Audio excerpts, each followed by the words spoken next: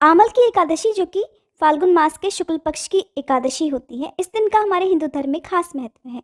इस दिन पूजा से लेकर भोजन तक हर काम में आंवले का उपयोग किया जाता है। होली से ठीक पहले पड़ने वाली इस एकादशी को आंवला एकादशी, आमल की एकादशी और रंग भरी एकादशी के नाम से जानते हैं। इस दिन भगवान विष्णु के साथ ही आंवले के वृक्ष की पूजा की जाती है और भगवान को भोग में आंवला अर्पित किया जाता है। आंवले के वृक्ष के नीचे बैठकर यदि आज के दिन पूजा की जाए, किसी खास मंत्र का जाप किया जाए तो उससे श्री हरि अत्यंत प्रसन्न होते हैं। आज की इस वीडियो में आप जानने वाले हैं आमल की एकादशी की तिथि, शुभ मुहूर्त के बारे में, व्रत किस दिन रखा जाएगा क्योंकि इस बार भी एकादशी की तिथि 2 दिन तक रहने वाली है, तो किस तिथि को उपवास रखना ज़्यादा शुभ रहेगा और व्रत का पारणा कब और किस समय करना चाहिए, और आप जानेंगे इस दिन के महत्व के बारे में। एकादशी तिथि के महत्व को बताते हुए भगवान श्री कृष्ण ने भगवत गीता में कहा है कि मैं वृक्षों में पीपल और तिथियों में एकादशी हूँ। एकादशी की महिमा के विषय में शास्त्रों में वर्णन है कि एकादशी के समान अन्य कोई व्रत नहीं है और विवेक के समान कोई बंधु नहीं है। पद्म पुराण के अनुसार भगवान श्री कृष्ण ने धर्मराज युधिष्ठिर को एकादशी तिथि का महत्व समझाते हुए कहा कि बड़े बड़े यज्ञों से भी मुझे उतनी प्रसन्नता नहीं मिलती जितनी एकादशी का व्रत रखने से मिल जाती है। और अगर आमल की एकादशी की बात करें तो आमल की एकादशी की महिमा को बताते हुए भगवान श्री कृष्ण कहते हैं कि जो भी व्यक्ति स्वर्ग और मोक्ष प्राप्ति की इच्छा रखते हैं, जो चाहते हैं कि बार बार इस जीवन मरण के चक्कर में ना पड़े, उनके लिए ये एकादशी बहुत ही श्रेष्ठ है। जो भी इस दिन आंवले के पेड़ की पूजा करता है उसे भगवान श्री हरि के साथ ही सभी देवी देवताओं का आशीर्वाद भी प्राप्त हो जाता है। यदि इस दिन आंवले के पेड़ की पूजा करना संभव ना हो तो आंवले के फलों की पूजा भी आप भगवान के सामने रखकर कर सकते हैं और आंवलों का दान आप एकादशी और द्वादशी तिथि को कर सकते हैं। आंवला और तुलसी दल का सेवन करके ही आप व्रत का पारणा कर सकते हैं।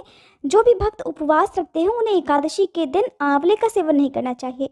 आप अगले दिन व्रत का पारणा करते समय आंवले का सेवन करें, अपनी सामर्थ्य के अनुसार दान करें और यदि हो सके तो आंवले का पौधा किसी भी सार्वजनिक जगह पर, नदी आदि के किनारे पर आप लगा सकते हैं। इस बार आमल की एकादशी है 3 मार्च शुक्रवार के दिन और एकादशी का उपवास भी इसी दिन रखा जाएगा। उपवास सुबह से प्रारंभ होगा, शुक्रवार के दिन सारा दिन उपवास रहेगा और शनिवार के दिन सुबह उपवास खुला जाएगा।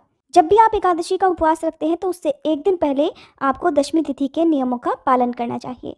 एकादशी तिथि प्रारंभ होगी 2 मार्च गुरुवार की सुबह 6:40 से, जिसकी समाप्ति 3 मार्च शुक्रवार की सुबह 9:11 पर रहेगी। 2 मार्च की अगर बात करें तो ये जो तिथि है, ये जो दिन है, दशमी तिथि युक्त एकादशी का दिन रहेगा और शास्त्रों में दशमी तिथि युक्त एकादशी का व्रत रखने से आसुरी शक्ति को बल मिलता है, ऐसा कहा गया है। दशमी तिथि युक्त एकादशी शुद्ध एकादशी नहीं मानी जाती है, इसलिए जब भी ऐसा हो तो अगले दिन वाली एकादशी, जिसे दूजी एकादशी कहते हैं, उस दिन उपवास रखना चाहिए। तो 3 मार्च को आप उपवास रखें। इसी दिन सभी वैष्णव संप्रदाय और इस्कॉन से जुड़े हुए भक्त भी उपवास रखेंगे। द्वादशी तिथि प्रारंभ होगी 3 मार्च शुक्रवार की सुबह 9:12 से और 4 मार्च शनिवार की सुबह 11:43 पर समाप्त हो जाएगी। और हरिवासर का जो समय है वो 3 मार्च को शुक्रवार लगभग शाम 4 बजे तक समाप्त हो जाएगा। 3 मार्च शुक्रवार आमल की एकादशी के दिन सूर्योदय सुबह 6:50 पर, सूर्यास्त शाम 6:26 पर रहेगा। राहुकाल सुबह 10:03 से लेकर दोपहर 12 बजे तक रहेगा। 4 मार्च शनिवार को द्वादशी तिथि के दिन सूर्योदय सुबह 6:50 पर और सूर्यास्त शाम 6:27 पर रहेगा। और इस दिन सुबह 9 बजे से लेकर 10:30 बजे तक राहुकाल का समय भी रहने वाला है। तो जो आप व्रत का पारणा करेंगे उस समय आपको ध्यान देना है कि राहुकाल के समय आप किसी भी तरह का दान इत्यादि या कोई भी शुभ कार्य करने से जरूर बचें। व्रत हमेशा सूर्योदय के बाद ही खोला जाता है। सूर्योदय से पहले आप पूजा कर सकते हैं। एकादशी उपवास का पारणा किया जाएगा 4 मार्च शनिवार को सुबह 6:51 से लेकर 8:55 के अंदर। आपको व्रत का पारणा हमेशा शुभ मुहूर्त के अंदर ही करना चाहिए। मुहूर्त बीत जाने के बाद यदि व्रत का पारणा किया जाता है तो उसका पूर्ण फल प्राप्त नहीं होता है। उपवास रखने वाले भक्तों को संकल्प लेकर उपवास प्रारंभ करना चाहिए।